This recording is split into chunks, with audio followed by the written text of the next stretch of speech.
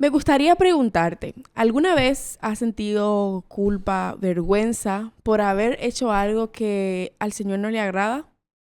En este episodio vamos a descubrir cómo la culpa afecta nuestra relación con Jesús.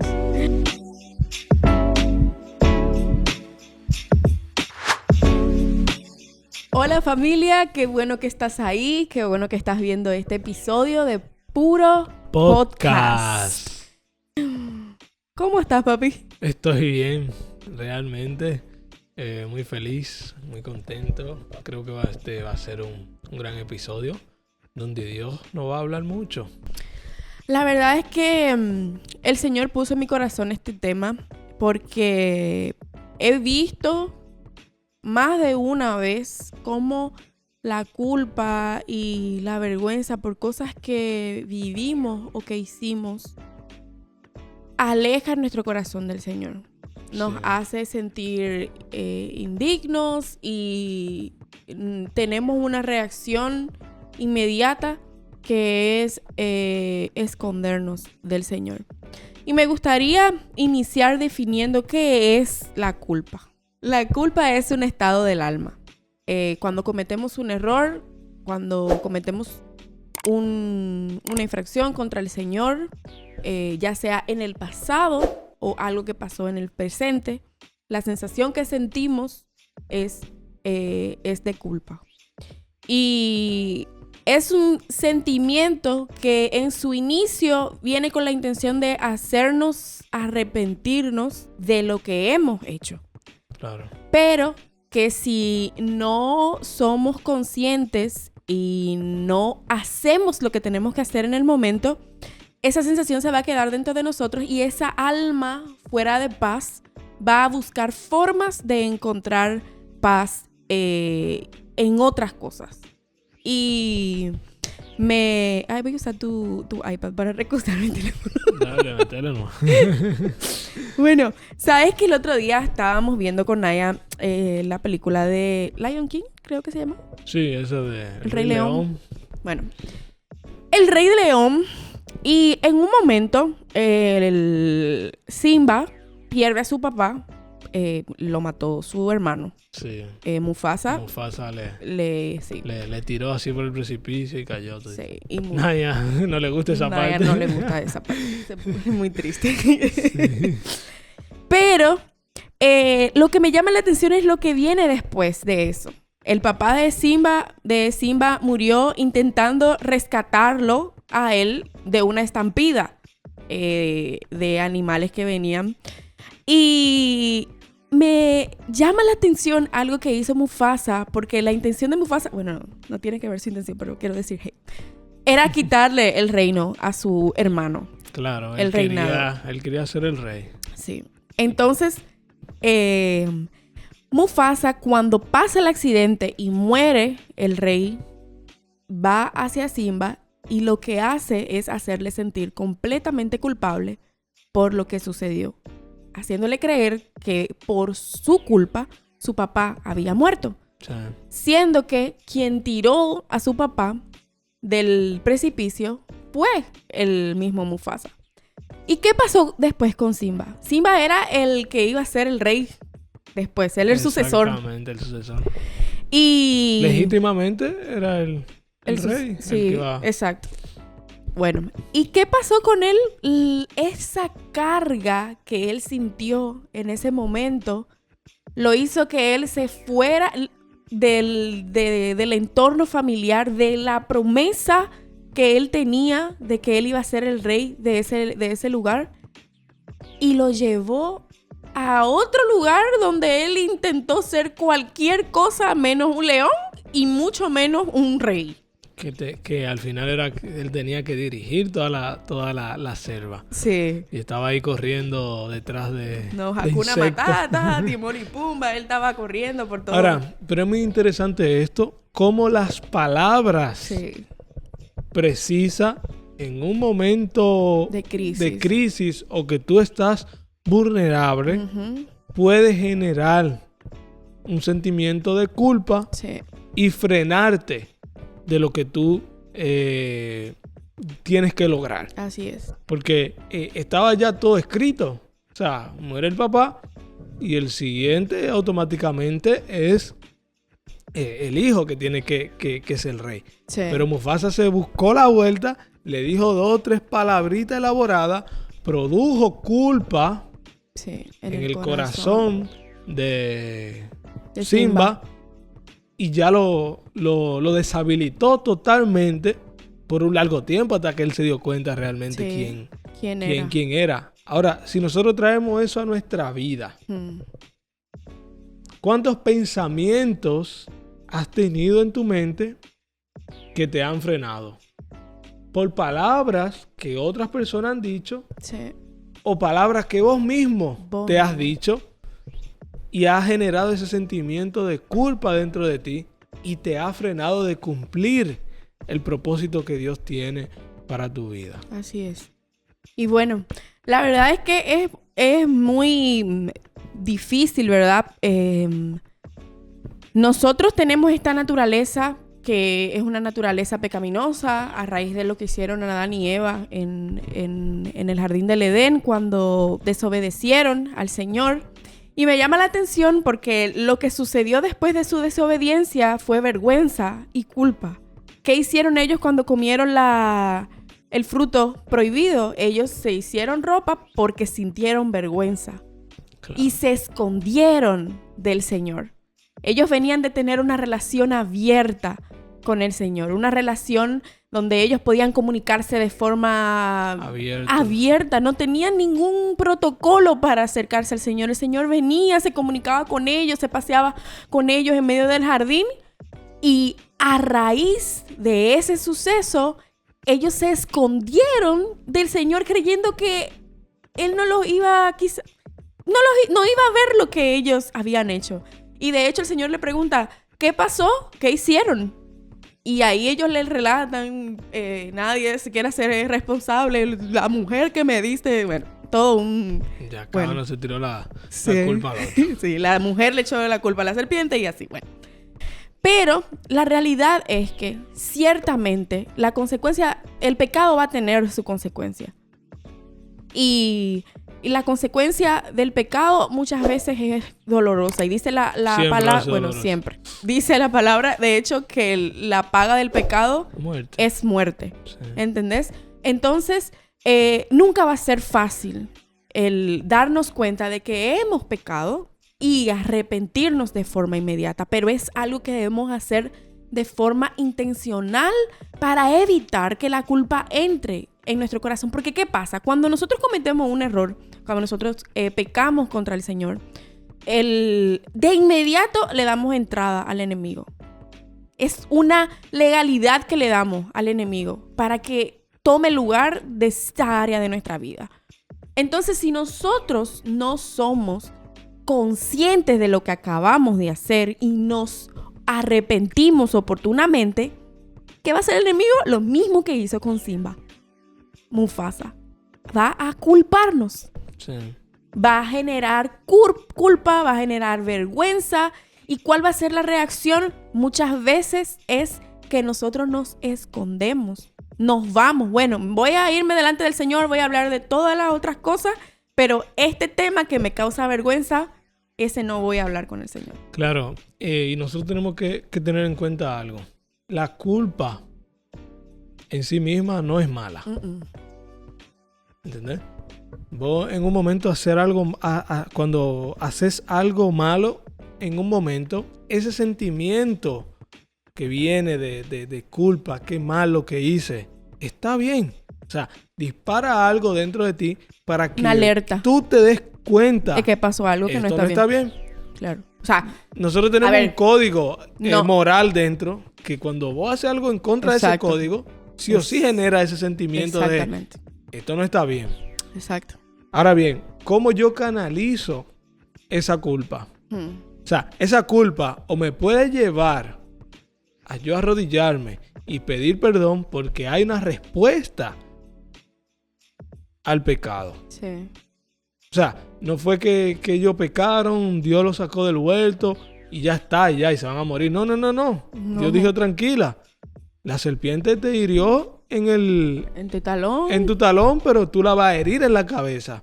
Ya había un plan de Dios para redimir al ser humano. Pero hubo una consecuencia a raíz de lo que ellos Exactamente. hicieron. Entonces, cuando yo hago algo mal, la palabra dice, si confesamos nuestro pecado, Él es fiel y justo para perdonarnos y limpiarnos de toda maldad. Así es. Hice algo mal, me di cuenta, vino ese sentimiento de culpa, de vergüenza.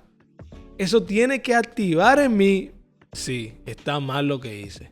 No merezco ser perdonado, pero su gracia y su misericordia están disponibles para mí. Entonces me arrodillo, oro, o lo que sea, pido perdón a Dios y ahí tengo una salida a ese pecado. Así es. ¿Entendés? Ahora, si yo hago todo lo contrario, tengo el sentimiento de culpa y hay un pensamiento en mí que sigue, ay no, pero ya tú no tienes remedio.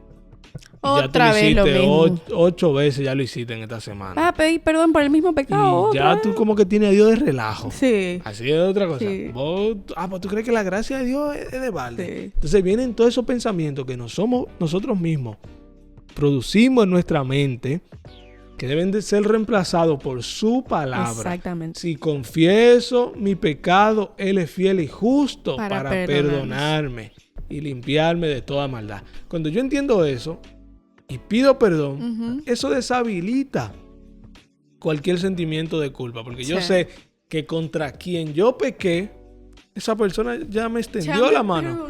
Ya me perdonó, ya hizo lo que tenía que hacer. Ya murió por mí en la cruz, ya pagó. No se puede pagar 2 veces por un mismo crimen, ¿entendés? Pero yo en ese momento, libres de toda culpa. Claro, en ese momento nosotros tenemos que ser conscientes de nuestro pensamiento. Sí. Ok, en este momento estoy sintiendo culpa. Ser consciente acá. Sí. ¿Qué voy a hacer con esa culpa? ¿La voy a usar para humillarme delante de Dios y pedir su perdón? ¿O la voy a usar para autocondenarme? Bueno, y partiendo de eso que vos decís, podemos decir que la culpa puede distinguirse de la condenación porque la culpa nos lleva al arrepentimiento. Sin embargo, la condenación lo que hace es alejarnos del Señor. Claro, porque en ese momento, cuando la culpa pasa a un pensamiento de que ya yo no tengo remedio, ya yo me estoy condenando en ese momento sin ser juzgado. Sí. ¿Entendés? Bueno, y la condenación el enemigo la usa para hacernos sentir... Bueno, mientras tú estés respirando, tiene oportunidad de recibir la gracia de Dios. Exactamente. ¿Entendés? Ahora, me morí o Jesús vino, chao, ya, se acabó. ¿Entendés? Sí. Pero yo no puedo decir que ya estoy condenado si el juez todavía no dijo. Así es. ¿Entendés? Y bueno, y hay una historia... Hay una historia en la Biblia que me llamó mucho la atención y es un personaje que a mí me encanta, es la vida de Pedro. Pedro era uno de los discípulos más apasionados del Señor. Apasionado. Tenía una personalidad bastante interesante, él era bien extrovertido, él era bien impulsivo, podríamos decir que confiaba mucho en sus habilidades y demás. Sin embargo, Pedro, en un momento, el Señor le dice que él lo iba a negar. Y la respuesta de Pedro, en ese momento, que está en Mateo 26:35, dice: Aunque me sea menester morir contigo, no te negaré. Y todos los discípulos dijeron lo mismo. O sea, él dijo, yo me voy a morir contigo. Imposible, no te voy a negar. Bueno, pasó ese momento y llegó el día en el que Jesús estaba camino a ser crucificado.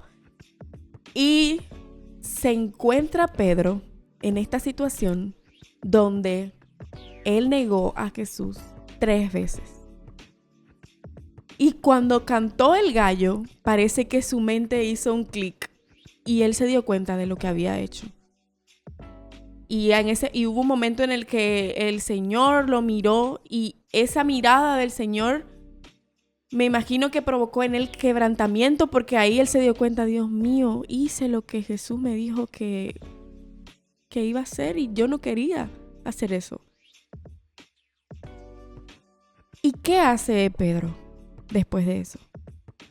Pedro se va a esconder y a llorar a raíz de esa situación.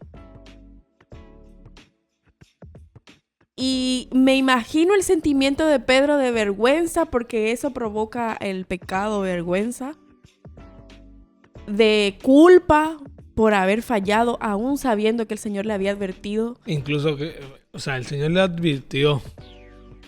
Y él dijo, no, Señor, no, eso no va a pasar. Eso claro no va que a pasar. Y ahora está pasando. Vos te quedas como, ay, no quisiera tener esa situación. No, es una situación difícil. Y ver cómo después podemos leer un Pedro que resurgió de ese lugar donde estaba, que siguió compartiendo el evangelio, ahora con una perspectiva completamente diferente. Ahora había vivido, de hecho, sucesos que afirmaban su fe. Y me imagino que después de eso marcó un antes y un después en la vida de Pedro. Ya él no tenía tanta confianza en él mismo, sino que generó una dependencia del Señor para evitar volver a caer en eso mismo. Vemos un Pablo que venía de matar a los cristianos, de perseguirlos a los cristianos. Y después leemos también la vida de Pablo que dice en 2 de Corintios que si alguno está en Cristo es nueva criatura, las cosas viejas pasaron, aquí todas son hechas nuevas. O sea, un hombre que vivió en sí mismo el haber cometido pecado y delitos delante del Señor, cosas que no eran agradables delante del Señor, y nos dice, hay esperanza. Ahora, hay una salida. Sí, podemos ver también la contraparte de lo que le pasó a Pedro. Tenemos otro discípulo que fue Judas, que le vendió. ¿Entendés? No podemos decir que una cosa fue más o menos que la otra. No. En ambas traicionaron, en ambas le dieron la espalda a Jesús. Sí. Pero ¿qué pasa? Pedro encontró la gracia y la culpa. Sabía que había esperanza, lo llevó al arrepentimiento. Sí. Ahora, en el caso de Judas, la culpa lo llevó a una autocondenación. Fíjate, es una autocondenación. Vos te estás juzgando a ti mismo, siendo que el juez todavía no hizo tac y no bajó el martillo. Y yo sé que vos que nos estás mirando, en muchas ocasiones posiblemente has cometido errores. Y vos mismo empezás a bajar el martillo y a autocondenarte. Y la culpa ahí se vuelve en condenación. Tu alma no puede estar en paz. Siendo que la culpa o ese sentimiento debe de despertarte para ir al arrepentimiento. Es una alerta. No es un estado donde yo quedarme. Exactamente. Es cuando yo siento eso, intencionalmente, correr a la gracia. Dice que cada día se renuevan sus misericordias. Es una gracia inagotable. Ya eso fue pagado. Sí. Ahora de mi parte toca arrepentirme.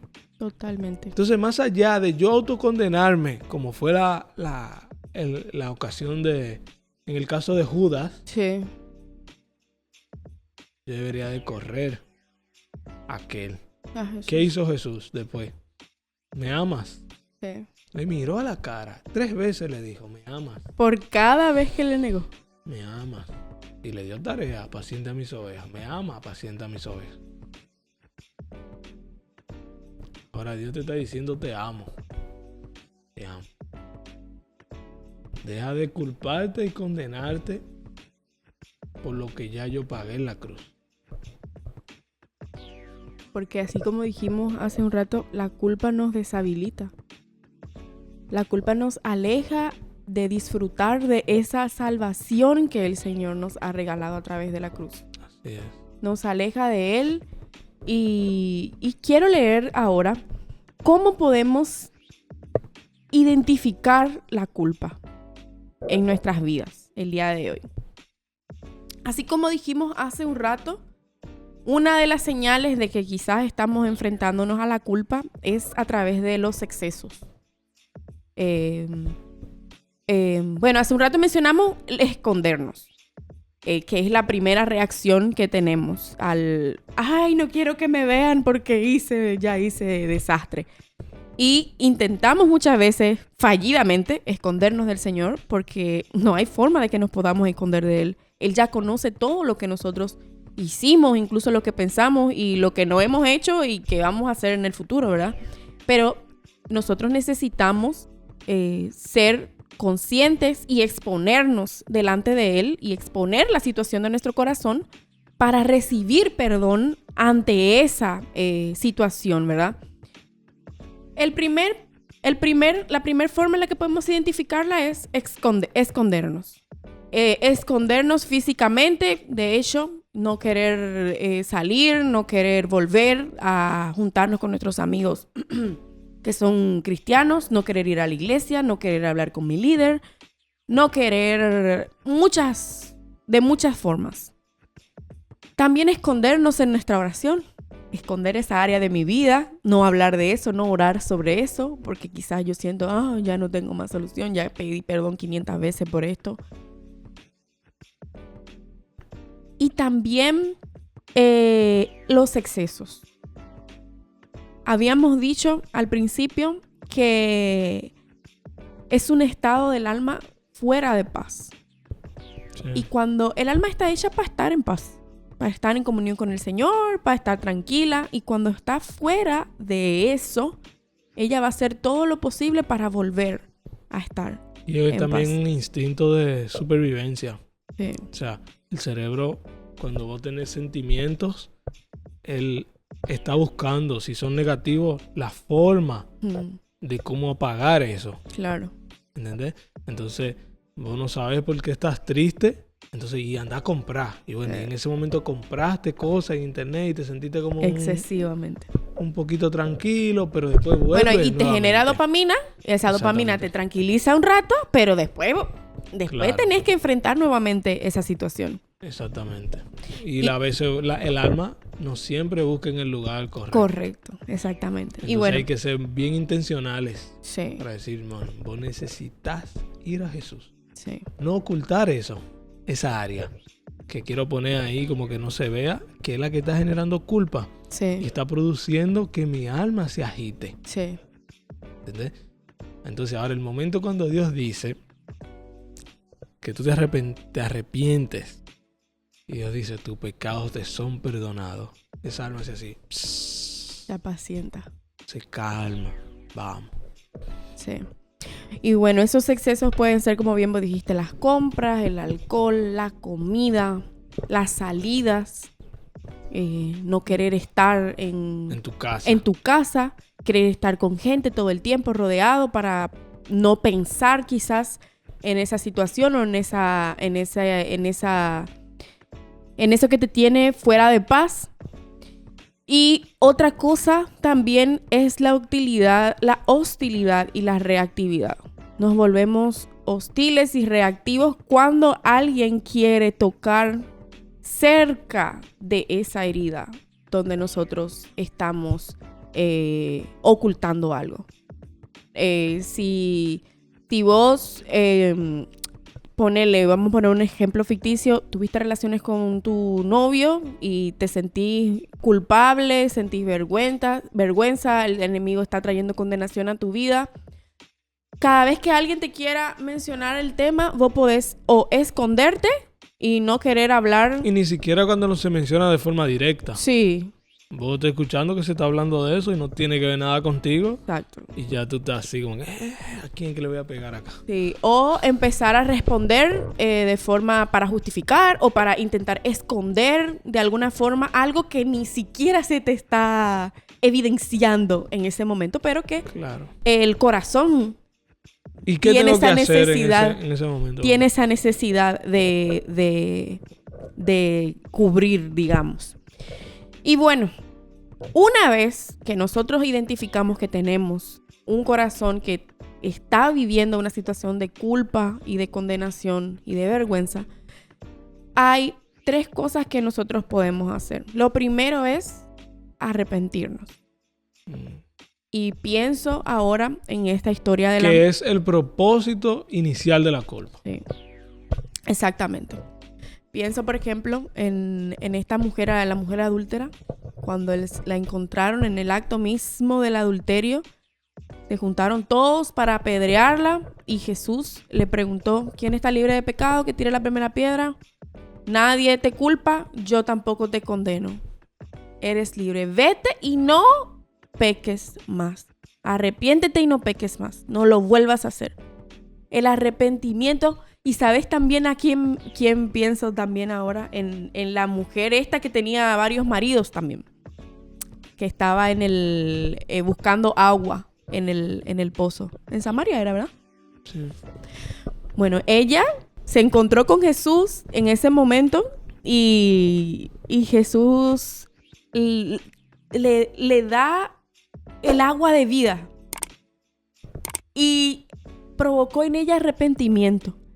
Y ese arrepentimiento la llevó a ella a volver a andar en libertad en la ciudad de la que ella salía a escondidas. Sí. Y fue de vuelta con libertad a hablar acerca del hombre a quien ella había conocido, que le había perdonado sus pecados. Y bueno, eso es el arrepentimiento. El arrepentimiento trae gozo. El arrepentimiento trae libertad. El arrepentimiento trae un ambiente perfecto para crear una relación con el Señor que pueda ir en crecimiento, en aumento cada vez. El arrepentimiento tiene que alejarnos del pecado. Si ya me arrepentí, digo, bueno, Señor, perdón por haber hecho esto por 8,000 veces. Ese es el número dominicano. El número dominicano. 8,000. Ya no quiero, ayúdame. ¿Verdad? Me arrepentí. Y ahora me alejo del pecado. Eso significa poner límites. Y depender del Señor para poder vencer esa debilidad o esa área de nuestra vida en la que necesitamos verdaderamente la ayuda del Señor. Así es. Dios nos dejó la culpa como una herramienta para llegar al arrepentimiento. Voy a hacer algo mal y va a venir la culpa. Va a venir ese desánimo. Va a venir la vergüenza. Pero eso debe producir o convertirse en arrepentimiento. Sí. Cuando permanece en mí, genera una autocondenación.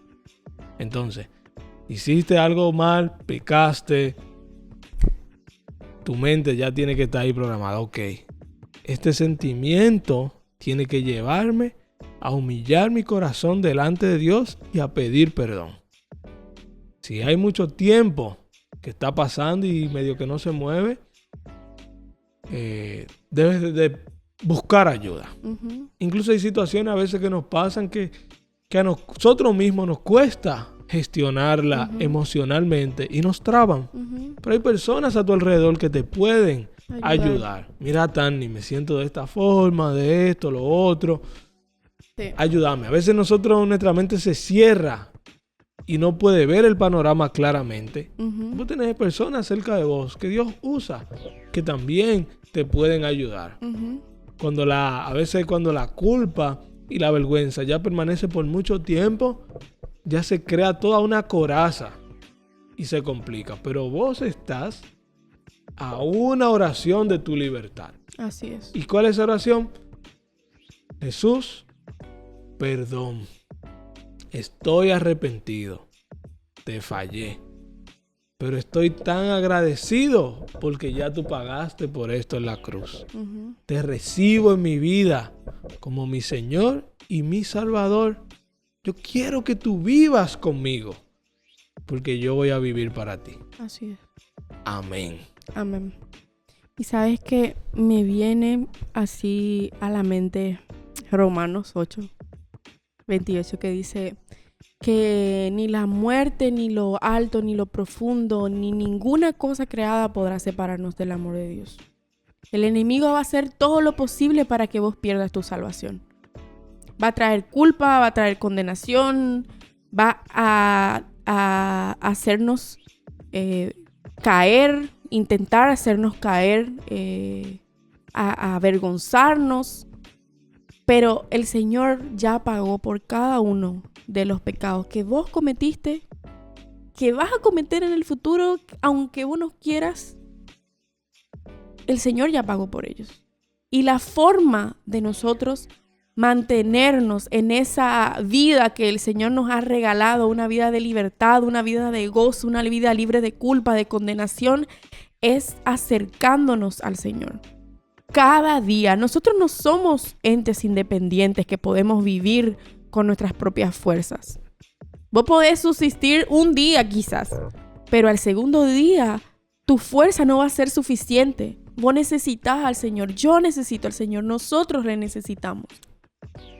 Así que como vos decías, que podamos arrepentirnos genuinamente y que podamos darle al Señor el lugar que le corresponde en nuestra vida.